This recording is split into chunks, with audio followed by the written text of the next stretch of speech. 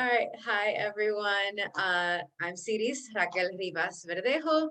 And maybe I can change my name on here. It's fine. Y'all hopefully know me. If you're new to me, hi. Thank you for all the new people that sent in questions. Thank you for everyone who sent in questions. As my phone is like, hey, you're talking to me. I was like, no, I'm not talking to you. So we do not have live French translation. So all of the Francophones, hi, thanks for sending in so many questions. I'm going to try to get through as many of the questions as I can. I think I'll be able to get through all of them. Fingers crossed. Severine had a commitment today, and so she's going to translate our call as a replay, and then everyone who registered and that's in my email list will be getting the replay. We have questions sent in about day-to-day ease, how to have day-to-day better connections with your body. We have questions sent in about self-sabotage and strategies for that, asking for tips on how to get around that. We have some questions about relationships, from relationships to yourself to other people. So those so far are the categories of questions that I've sent in. If you have any other ones for those of us that are here on live, there might be some other new things that pop up. So feel free to put that in the chat and I will address those as well.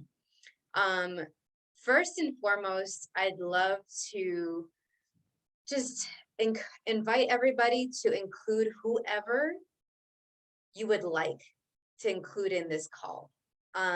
Anybody's body, anyone's energy that you get is looking to blossom and bloom this month and moving forward into summer, and beyond that and beyond that.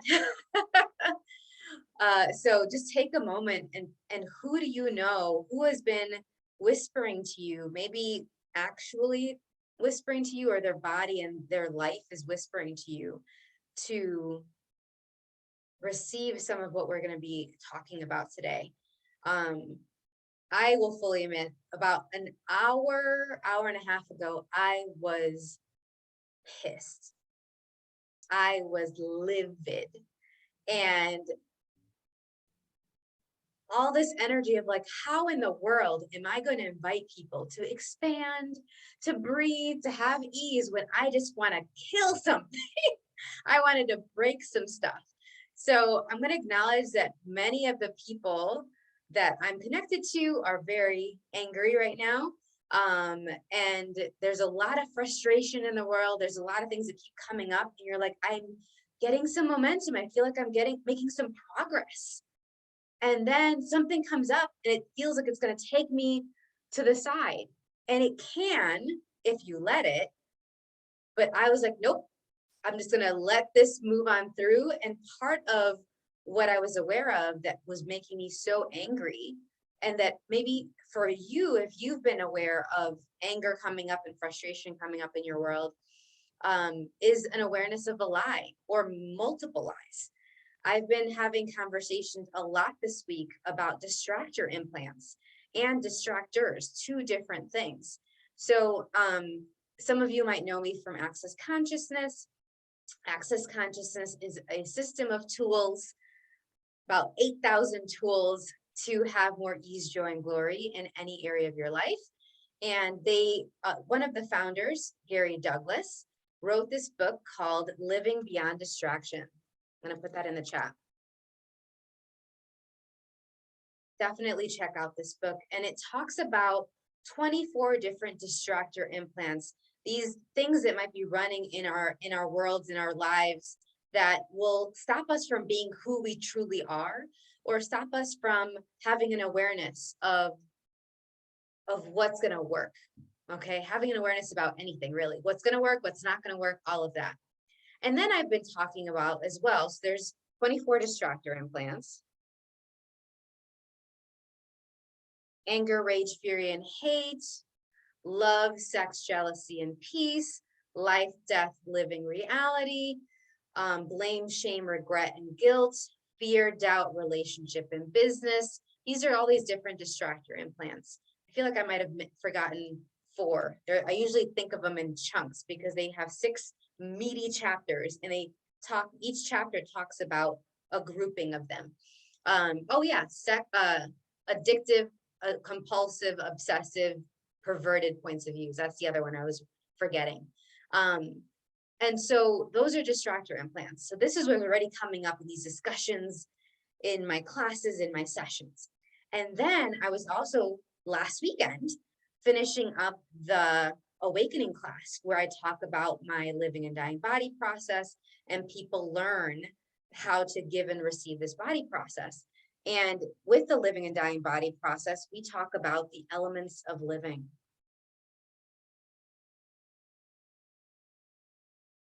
And there's a category of the elements of living that are called the distractors.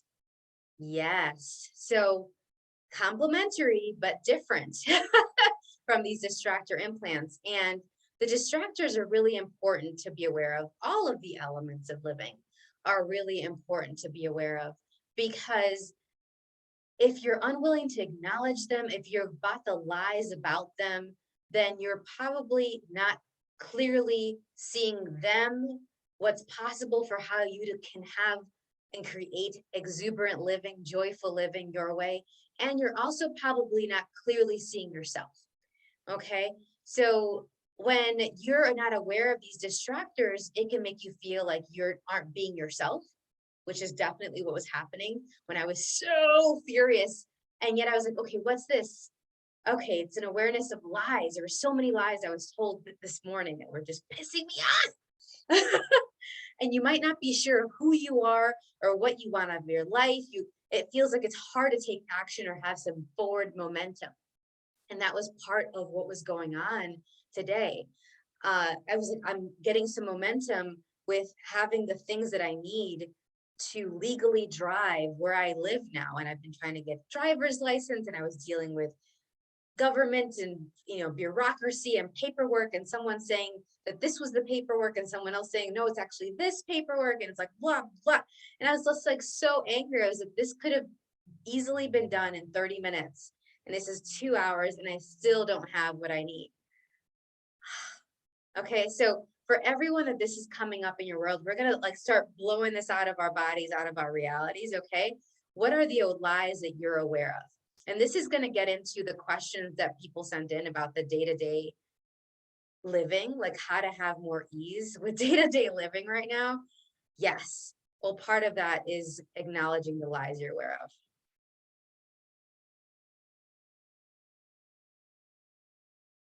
And how are those lies distracting you?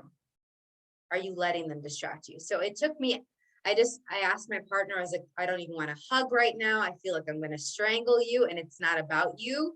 So when I'm ready, I will come and get the hug. And I got the hug maybe 30 minutes ago, in time for even more, so I can be here for you right now. It's like, okay.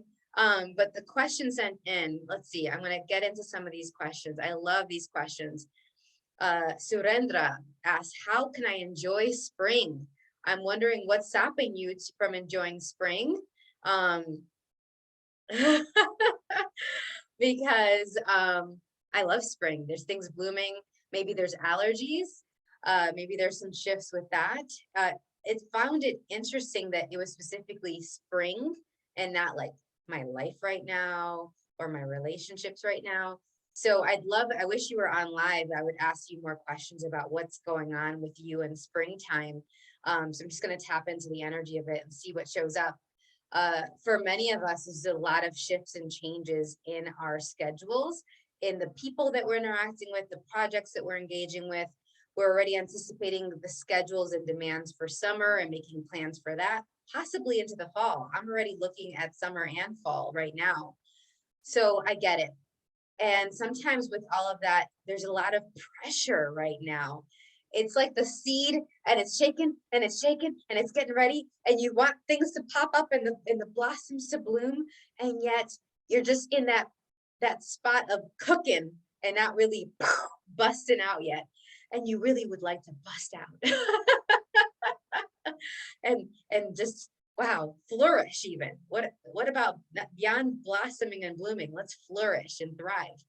And so one of the things that I invite you to look at is to look at what we just said about what lies are you aware of, and also what would you really like to have as a part of your spring, and really getting creative about how to go about that. I know a lot of people are having different potential obstacles in the way of that. I'd love to know what are some of the things that are relevant to you that might not be relevant to everybody else that's on the call or that sent in questions. But for any of that, let's get creative. And one of the things I love to do is to look at people's schedules, look at people's lives and homes and environments, the people who you're interacting with and the people who you'd like to interact with, and seeing if there's ways for you to connect with them and for you to play with them and collaborate that you haven't considered. One of the things that I think I've been able to do since I was a kid is really look at, okay, this is something that's in the way, or this is something that is a problem, and then how can I get around this? And my mom encouraged this a lot. Some of you have heard me talk about this, right? My mom, Sulma, who she would say, oh, is there a mountain in the way? Okay, so what are you gonna do? Are you gonna blow up the mountain?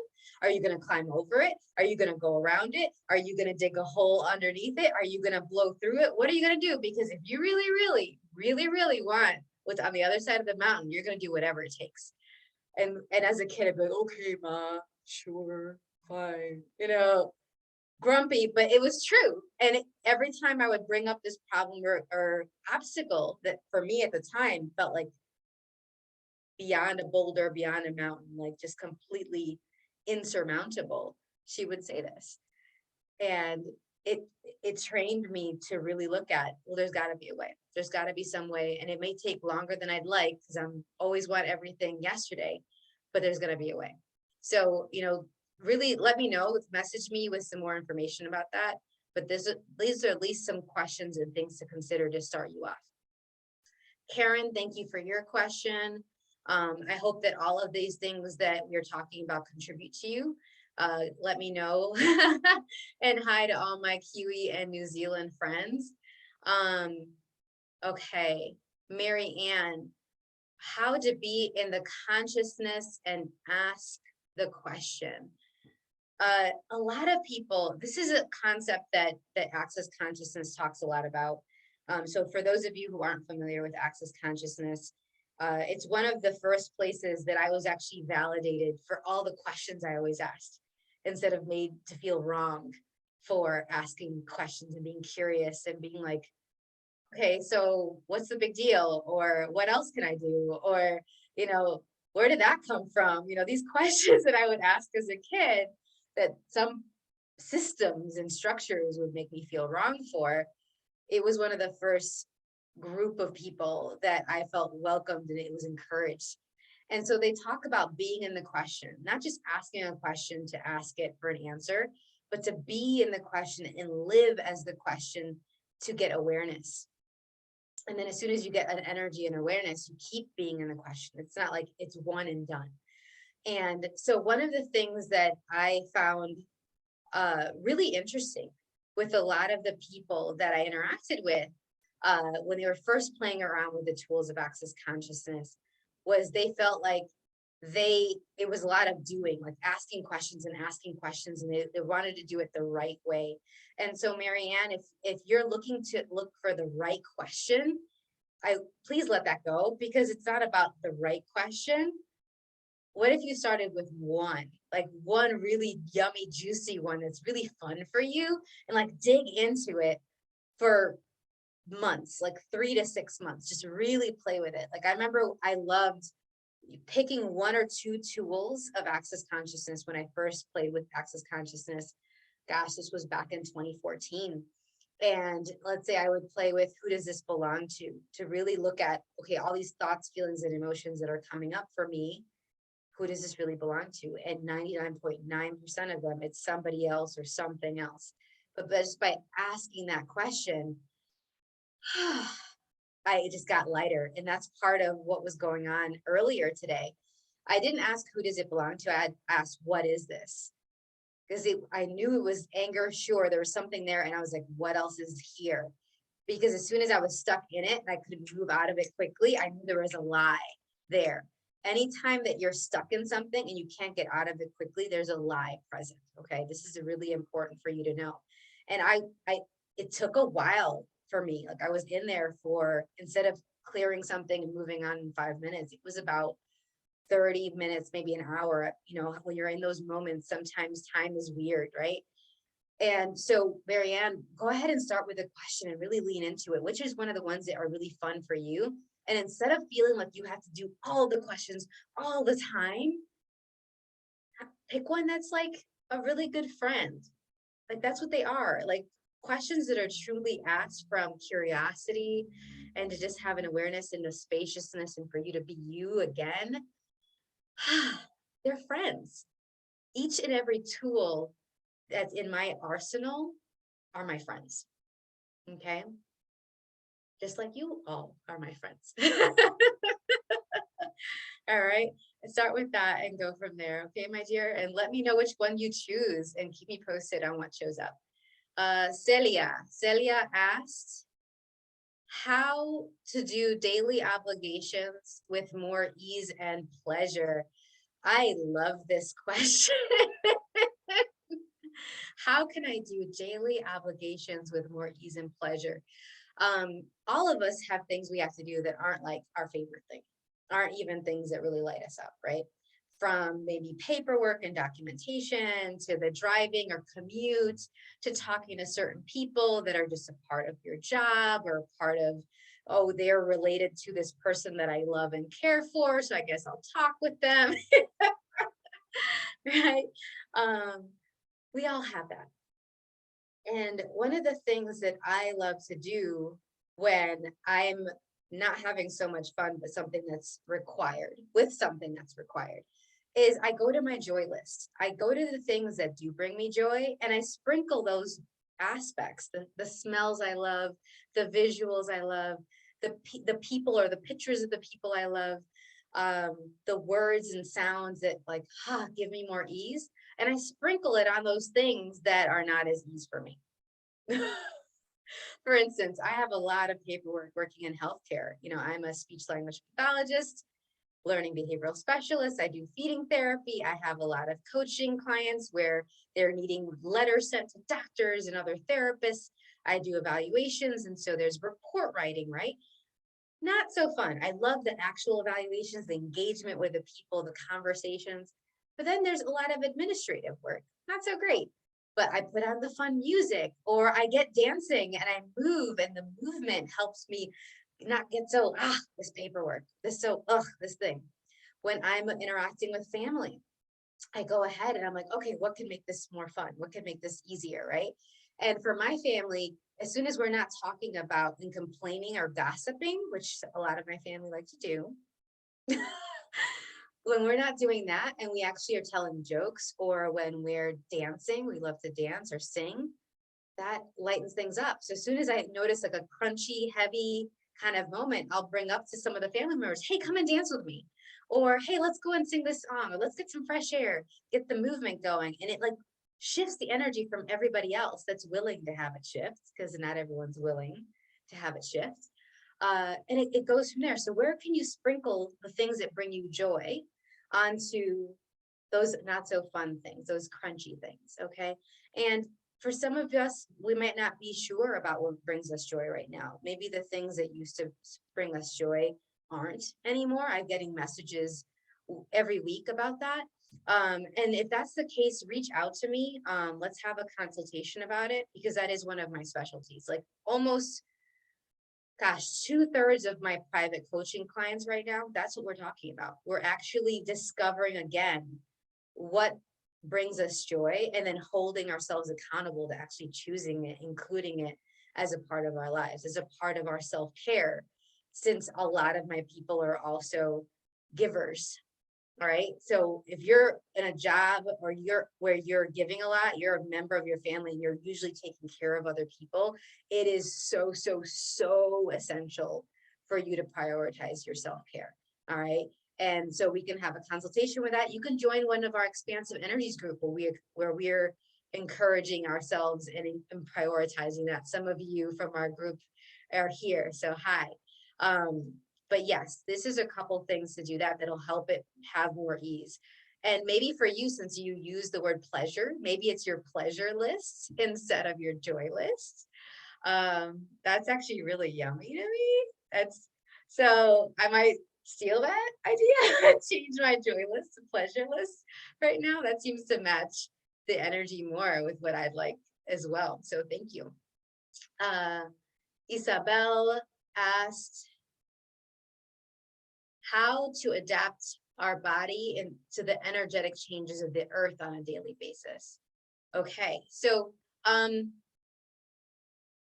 instead of trying to change your body or adapt your body to the changes of the earth, I would like you to do a couple things. I love this question because it already lets me know that you're acknowledging that you have a gift and capacity with the earth, that you already acknowledge that you're connected to the earth. That's already a great start. A lot of people don't know that. They haven't acknowledged that. And so they're very much affected unconsciously with all the changes that are going on with the earth and with the world. And so one of the first things I invite you to do, and thank you for this question, is for you to actually acknowledge that the earth body is one of your bodies. And so you don't have to change it, your corporal body, and just acknowledge, oh, these are two bodies out of many that are talking. Okay. And instead of looking at, okay, so what do I need to change about my body, given all the changes in the earth? It's like, well, how can we play today? Like I wake up and I say hi to this body, the corporal body, and I say hi to the earth and a couple other things like my business, my own awareness every day. It's just like brushing my teeth. Hi, body. Or before I even get out of bed, hi, body. And then hi, earth. Hi, business. How are we doing? I'm starting my day with them. I'm including them in my choices. Okay. And so this simple tweak can make a big, big difference because you're signaling to the earth and to your body, hey, we're not in conflict. We're actually like I mentioned with the other things, with the other tools, we're friends, we're companions. So how much fun can we have together today? What are we going to create together today? Makes a really big difference. All right. So start with that. Thank you for the question. Catherine asks, and if there's any comments in the chat, I'm going to periodically check the chat too. Whew, it's a lot of questions. Catherine asked, how can I better feel the connection with my body? When did your connection with your body change is my question. I wish you were here on live. I would ask a couple more questions beyond that. But if you were to look at, and I think, Catherine, you've been in the taster for the living and dying body process. If I'm mistaken on this, please let me know. But if you had the tasters, and for anyone that's been on the tasters, check them out. Use those hand movements, awaken those energies, activate them, call upon the living and dying body process or any other body process that you know about. And ask the question about, well, when did this disconnection, this separation with my body start? And then start looking at making the demand of yourself to connect again and choose it in little ways every single day. The other piece is, what does being connected to your body mean to you? Because I was just talking yesterday, I think it was, somebody was interviewing me for their podcast, and they were asking me about how I empower people in a slightly different way. And the difference I'd be in the world. And I had to really look at this because there's a lot of different ways I'd be different in the world. And I'm intentionally saying the word be instead of am different. And one of the things I was talking about was inviting people to see that anything that they've decided is a separation, anything that they've decided they are not connected to, is probably an invention that they've created for themselves. So for you, is it true that you actually do not feel a connection with your body? Is it true that you actually are separate from your body? Or is it showing up differently that you've decided? How I connect with my body is different than each and every person here. Okay. And I love helping people know how they uniquely communicate with their body, how they get messages. So and how it can keep changing and evolving as you get closer and clear on your dance with your body, on that style, and then also how it intersects with your awareness. Okay. And so as we get clearer and stronger information and awareness from our body and from our own, just us as a being, that connection to our body changes. I've always been connected to my body. I've always been connected to the earth. If I compared it to how I was connected before, like when I was in middle school, as a teenager, when I was in my 20s, or when I was almost in my early 30s, things like that, I wouldn't get to receive the connection that I have with it now. And it's so different and it's so beautiful. So I wonder what that is for you now, if you didn't compare yourself to how anyone else's connection shows up. Okay. Rosemary, thank you. How can I eliminate what is stopping me from being phenomenal in my recovery with uterine cancer? Oh, how cool. Congratulations that you're already on the other side and you're in the recovery part of having cancer. Thank you for choosing to still be here. A lot of times when cancer is showing up in people's bodies, it's an indication, not always, but it's an indication that they might not be so sure about still having a body. So the fact that you're in recovery, like, acknowledge that, like, oh, wow, I actually still want to be here, and keep seeing in which way you want to be here on the planet with your body. One of the great ways to get out of stopping yourself is to talk about what we talked about earlier and look at that. What's your pleasure list? What's your joy list?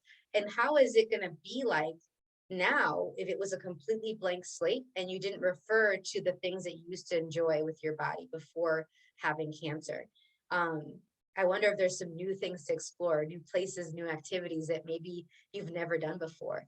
And you certainly haven't done it given the body that you have now. The other thing I'm wondering, there's some kind of energy here about, were there any hopes and dreams, like were you hoping to have kids and now the cancer is stopping that? There's some energy with that here. And so anywhere that you have decided that there's certain things that are not possible because of you having this cancer, will you let that go? And again, get creative about, well, how can you have those things? And it'll be willing to have it show up very differently than you've ever considered. Okay. Thank you. All right. Wow. Okay, we're getting through these. Self-sabotage. So Asma. Okay, hi. Okay, cool. So Asma is saying practicing access consciousness tools for 3 years. I am a bars facilitator. Congratulations. I love Access Bars. It's a great tool. It totally changed my life. I buy classes and I don't follow them. Like, I don't follow up with them. I procrastinate a lot. I'm trying to get out of it all. Thank you for your input. Well, thank you for the question. Self-sabotage is huge. It's a big one. I actually have, and many of you have gotten it if you've been on my email list, I have the free ebook on self-sabotage in relationships, right? And I'm trying to find it right now, because here's the thing. Those tools, if you have it, Asma, and we have it translated to French, and I think to Italian as well, but the 5 questions to ask to get out of self-sabotage in relationships, you can apply those as well to any other area of your life. So if this is about you're the creating of your life, and you're trying to get out of your own way with that. If it's with business, if it's with relationships, if it's with your health, like look at this, look at the tools in there for that. I'm pulling it up. Let's see here. So one of the questions, I'm looking at the questions that are in there. I invite you to look at all of them, but the one that is popping the most,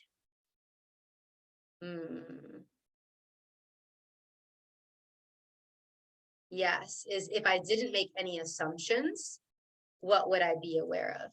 So are you assuming that you're not receiving the tools and the energy and contribution from the class if you haven't heard all the replays? That's something that they talk about a lot, like especially if you're an energetic being that's really aware. Yes, it's different. It's a different type of contribution. It's a different type of receiving when you actually are in the class live, or when you're listening to the tools explicitly and you get to ask questions of the facilitator, or you message them after you hear the replay. It is different, okay? But to assume that you're not receiving anything at all and it's not creating any change in your life at all, I would look at that. I would look at that. As a facilitator, and since you are one, you know this, I'm just going to remind you that before class starts, you receive from the class, right? People's stuff starts coming up to get queuing up to then be blown out of their bodies and realities in the class. So is there something that you're aware of that's coming up before each of these classes as well? And is that yours? All right, who does it belong to? That makes it seem like as if it's your procrastination, you're stopping yourself. And how many people who are taking these classes are stopping themselves or procrastinating, and you think it's you? Okay, so look at this. The other piece too is to get an accountability partner. You know, I have that in my life. I have people that say, hey, what's going on with you? Or, hey, did you get to do that thing that you said you wanted to do? I'm waiting for that book. You said you were writing it. Where is it? Those wonderful people, you know who you are. Thank you for that. So get an accountability partner that holds you accountable to actually following through and doing the tasks that they're talking about in there, practicing the tools. If you have been practicing the tools, then maybe you are actually getting a lot of the stuff from the class, because they reiterate things and they give different anecdotals, but it's a lot of times the same tools, the same 8,000 or so tools in different ways. And then you're like, oh, that's right, that is something I could use. You get reminded of it, right? You're reminded of what you know. So what do you know? Okay. And if you're looking for an accountability partner that is not like somebody you already know, or as a friend, if you want me to be one, I'm willing to do that. That's part of what I do with my coaching clients. Nancy sent in the question, when I experience the stop energy, which is in all areas, I would like to take action anyway. I wonder what it will take. And Nancy, just like what I said to asthma, get an accountability partner. But the other thing that's relevant to you that I'm getting is actually to look at where you're overthinking things, like where you're getting in your head instead of taking action. So sometimes we'll take these grains of sand and we'll turn this grain of sand into a mountain and make it way bigger in our heads. So it happens to me. I'll make something huge, like what happened earlier today with this bureaucracy and the licensing and blah, blah. And then I was like, all right, where is my hammer? Where is my energetic hammer? And I'm going to slam, and I'm going to just take it to this mountain I've created in my head. I'm going to get it back to the little grains. And then those little grains are a lot easier to dust off, right? But it's a lot easier, it's a lot harder, sorry, to dust off a mountain. So you got to break it down with that. Where am I making mountains that aren't really mountains? And a lot of it is in our heads. And then getting that energetic hammer, blast it away, and seeing where those grains can be swept off or just thrown out. Even better, right? Thrown out. Okay. But if you have more questions about that, or you would like some additional tools, let me know.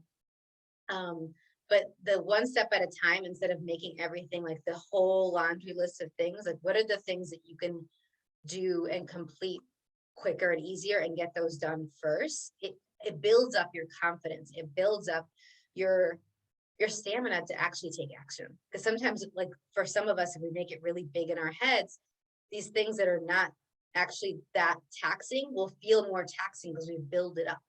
Okay, built up the significance to it. Jennifer, okay, so how do I have more ease with my family relations? Siris, I have a parent who is verbally abusive, a covert narcissist, very interesting. My mom, who I'm living with, I don't want to play the victim, but in a sense, I am victim of this person's abuse. This person is always right and is unemotional. I have made that about myself, and it is my fault. This person is treating me this way.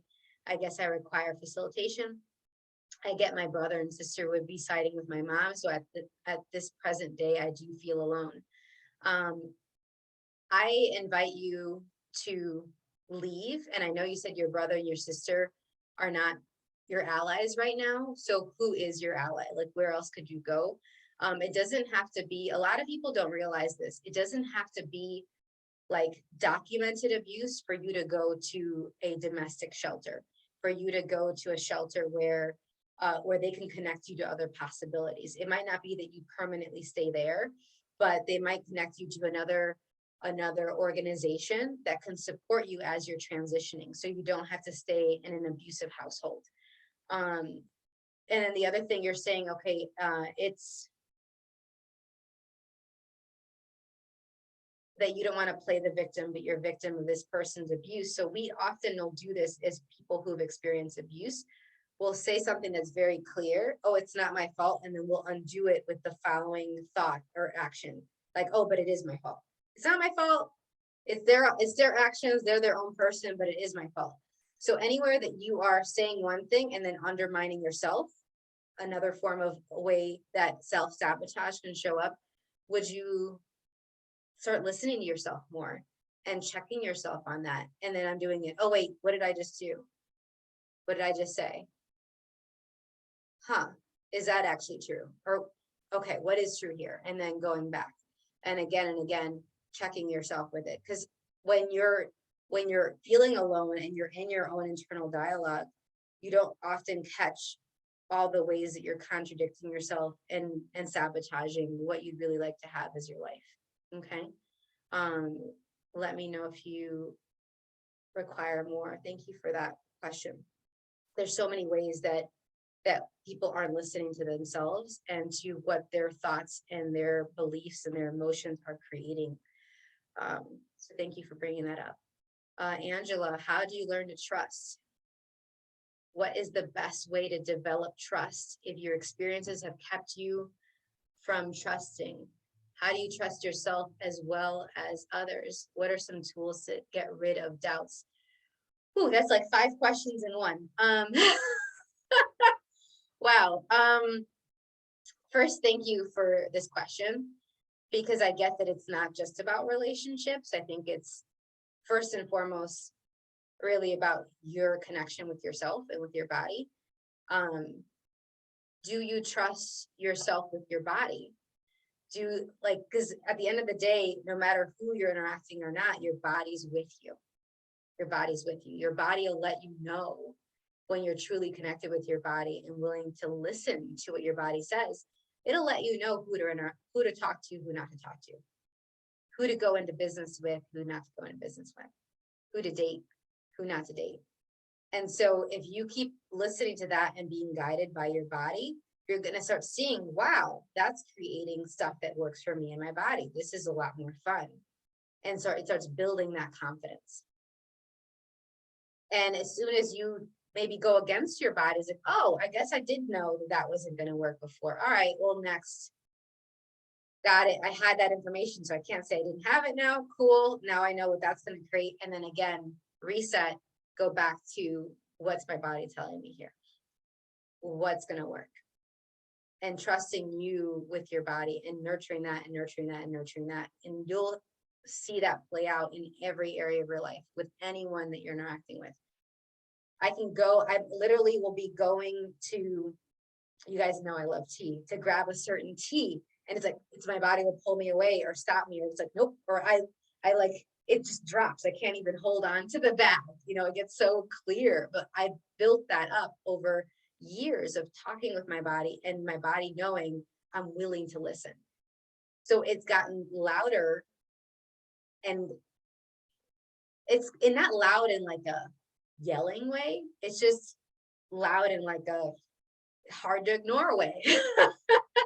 Because I've listened to that vibration now. I know the certain language and tone and energy of my body so much clearer than I ever have before. So there's no ignoring it. So I'd like that for you. And it starts with those first initial steps of hi body, saying hi to your body in the morning, every morning, and saying, and looking at what's your yes and what's your no with your body, and then following what's your yes and choosing what's your yes with your body every day. Okay. And if you would like an accountability partner for that, let me know. These are the things that I talk about with my coaching clients. And we talk about that with, it gets exponentially faster and easier. One with accountability partners, one with looking at the energy underneath that, all these places where you might have blocked yourself from having this information with your body unknowingly, unconsciously, and looking at the energetics and clearing those energetic blocks. And then taking action and not keep judging yourself for those times. And we've all had them where we didn't listen to our body, or where we heard it and we're like, oh, but I'm going to do that other thing. We've all done it. I've done it. But I don't like catalog it and use it to flagellate me, to beat me up every day. I'm just like, all right, well, that was something I did before. Now what? Now what would I like to choose? Okay. So those are all the questions that were sent in. I see one in the chat here. Let me see. I want to make sure I'm not missing anything. I've been doing some big ancestral clearing lately, as well as bringing what's behind me in front of me so I can be aware of it. Awesome, which has been a lot of clearing. Beautiful. Today, I'm more available and more willing to be open for business. My question is, what else is possible and asked for so I can thrive with money? So what's coming up, and thank you for this question. So what's coming up as you're talking is everywhere that you're thinking that, not even thinking. It's like there are things that people are asking for you to do and create that are super easy for you, and you're choosing to not do those because it's not challenging enough. Does this read for you at all? This is what I'm getting. It's like you're trying to make it harder for yourself when the things that are really easy are like, oh, well, yeah, I could make money for that, but it's not like important enough, or like there's this whole energy with that. Does that read? Yeah, I definitely, I mean, I would never make things hard for myself, Siris. I know what I'm talking about. Yeah, it's like it's got to be difficult or really important or like such an uphill struggle instead of ease. Yeah. And like, yeah, that's a great question. Thank you. So look at what are those things that people have already been asking you for, or that are really easy for you, that could make you money right away. And then you can also still do those other things that you're making really important that are like maybe a more legacy type of thing. But each of those other creations, those smaller ones that bring joy that are really easy, can still be part of that legacy too. I know example of how that showed up. I always thought that I was going to be writing books about how I uniquely work with children and families and languages, right? And I love the work I do with that. So I was like, oh, this is important. And I see how it's played out in a very gratifying way with all the, thousands of families I've worked with in the last 15 plus years. So let me write about it. And every time I went to write about it, it's there. There's some energy to it, but it wasn't flowing. It wouldn't flow. But then stuff about relationships and dating and sex and bodies and energy and the elements of living, that would just pour out like crazy. But I wouldn't want to do it because I was like, oh, well, that's obvious, right? And then I've talked to people and they're like, this isn't obvious. But it was easy for me. It's so easy. It's so like a given. So what are those things that for you are just obvious, given, duh, and other people are like, no, that's something I struggle with, or that isn't really easy for me. And look at that as this way to receive money. And it might not even be you creating something. It might just be you being willing to talk about it. Okay. And be vulnerable with it. All right. And also knowing you, be willing to be seen as crazy. I wasn't willing to be seen as crazy either, so I get it. And yet let them think you're crazy and do it anyway. Okay. Thank you for that. Thank you for that question. Thank you. It's a lot of people that's relevant for. So, and we have the Money Your Way group too, if you want to join. We meet every 2 weeks, and there's the audio replay. We meet for 30 minutes. And so really quickie little nuggets. Some of the past themes for the Money Your Way group in the last couple of months are, where are you ghosting with money? That was December, I think. The elements of living for increasing your money flows, using the unseen to receive and generate more money. This month's theme is planting seeds for future money plans and money plants, because we have like the garden and the earth stuff that can also bring us money, and usually does if we're willing. And April's theme is going to be showing up to receive. So where are you not showing up to receive, and where are you showing up to receive? And then how can we do more of that? The Expansive Energies group that I mentioned, we're still having people going in and out. You can choose just 1 month, or keep doing the subscription and getting tools every month for anything that's going on. And we have these group sessions that are really beautiful and vulnerable and dynamic. I freaking love the Expansive Energies groups. We have 2 of them right now. One that's more Europe friendly in the time, and one that's works for the US, and there's people in other countries that are in both. And some of the past themes for the Expansive Energies group, it's since in the last season, since our December call, is relationships that expand your world, messages in the overwhelm and burnout. Right now, the current month's theme is, what did you learn in your mother's womb? And what we do is we play with all the different energies. We play with Symphony of Possibilities, which is a Access Consciousness tool. We play with my living and dying body process that I created. We have Tantra and Theta healing and shamanism and Reiki and energy flows and so much. Sometimes they combine in different ways. It's just what's going to work for the bodies involved. And I asked all of the bodies, and then people get to choose and ask questions and get facilitation. So that's 45 minutes every 2 weeks. Be on the lookout. We're getting them all translated, but be on the lookout for the intro book for what element of living would like to create with you. Sorry. I'm going to share the screen really quick so you can see the cover. This is the cover for the Elements of Living ebook, but we're actually going to have different versions of the cover. So this is the main one that you can default to and that you would get automatically. But if people would like instead, let's say, ooh, this one, maybe they'd like this one instead. We got that one. Some of my artsy friends are asking for this one instead. And then we also have a third option. I consider it kind of like a spa-like option. And that's this one with swinging on the hammock. Okay. And so that book is coming out, and we're going to be having that translated. We're starting with translation in French, and then we'll go from there. But in that book, it's a ready reference for you to know all the different categories of the elements of living, how you can awaken them, how you can acknowledge where they're showing up. And what we noticed is that it could either be awakened, asleep, blocked, or hidden.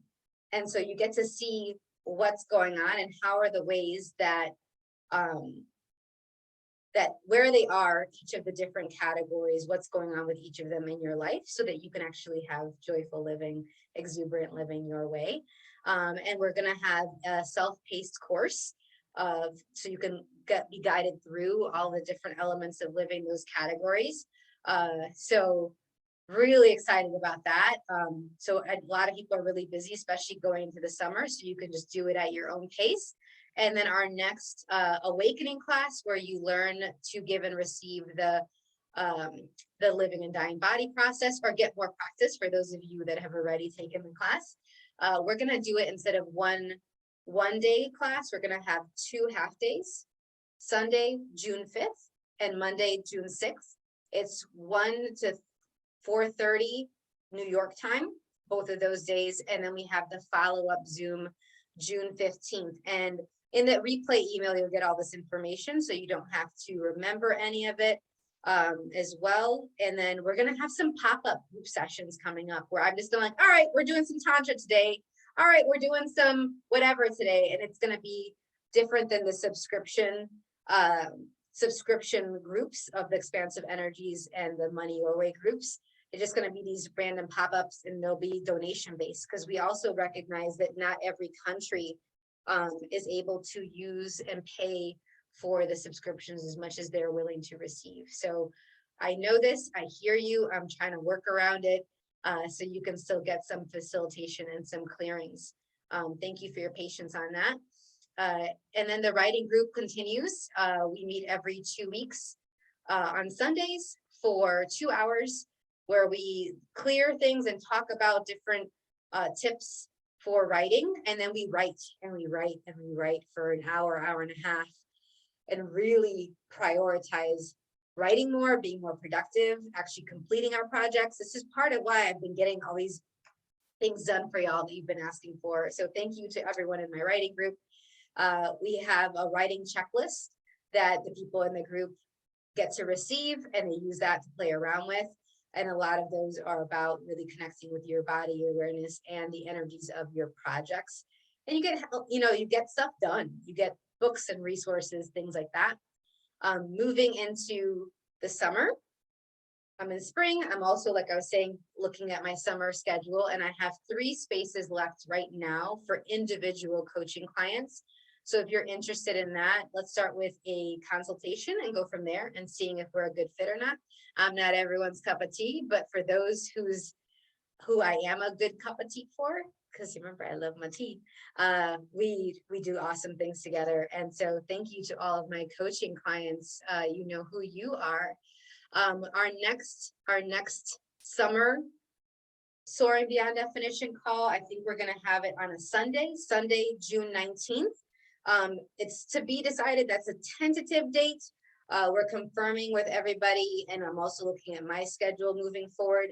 So be on the lookout for that, and you'll be getting this replay. Sorry for the delay, but we're going to be translating all of this and getting all this information for y'all, and so it might be a little bit longer. Usually we send it out within 24 hours, but I think this time might be closer to 48.